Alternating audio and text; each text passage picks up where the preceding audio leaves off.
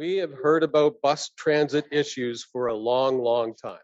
I talked to a member of the Winnipeg Police Service 2 days ago who told me in that one day they had over 21 calls to deal with assaults or problems on transit. 21. I, for one, do not want anyone to have to live in a bus shelter. That's not a solution. These are people that are experiencing the worst time of their life. And many would say having difficulty making good decisions. Let's look at some of the facts. I think we're afraid to make the decision on this because I moved a motion many, many months ago asking for this council to give more money to the Main Street project. And I know we give it to Street Links now, and that's because of Councillor Lard and Councillor Nason. I appreciate that. But Main Street came to us as a van that responds to these types of calls that used to run 24 hours a day, 7 days a week.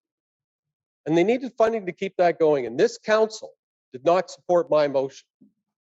This council said no. And here we are today now saying, well, we have to find ways of dealing with this. We have to put strategies in place. We had the chance. I moved a motion along with Councillor Nason a while ago to take the space right across here that is empty at City Hall and has been for over 4 years. For vulnerable residents, women, who make up a large percentage of homeless people. This council voted no. Not here. I'll note that the bus stop in front of City Hall is constantly policed and clean. 1,800 calls for service last year to bus shelters. That's 1,800 people. That's not police, that's first responders.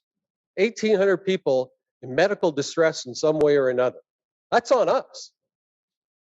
We know from the Government of Canada and Statistics Canada and Homelessness Winnipeg and others that every vulnerable resident who has to live on the streets of Winnipeg costs us on average between $85,000 and $105,000 a year. That's what it's costing you today. We have to work with organizations like Homes for Heroes. Homes for Heroes will be on the street. They will find homeless veterans and they will put them into a program to help them. And they will give them counseling. They have a proven program and sufficient help. We know that Street Links is having success on connecting homeless people with services they need. We have empty buildings sitting across the city, and on Graham next to the new police headquarters that we hear so much talk about, we're paying $500,000 a year to keep 3 floors of a very large building empty. Let's direct the public service to meet with Street Links and others and say, we have 3 floors that we're not using. Let's put something together now. I don't have the answer to fixing the problem, and I don't believe any one of you do.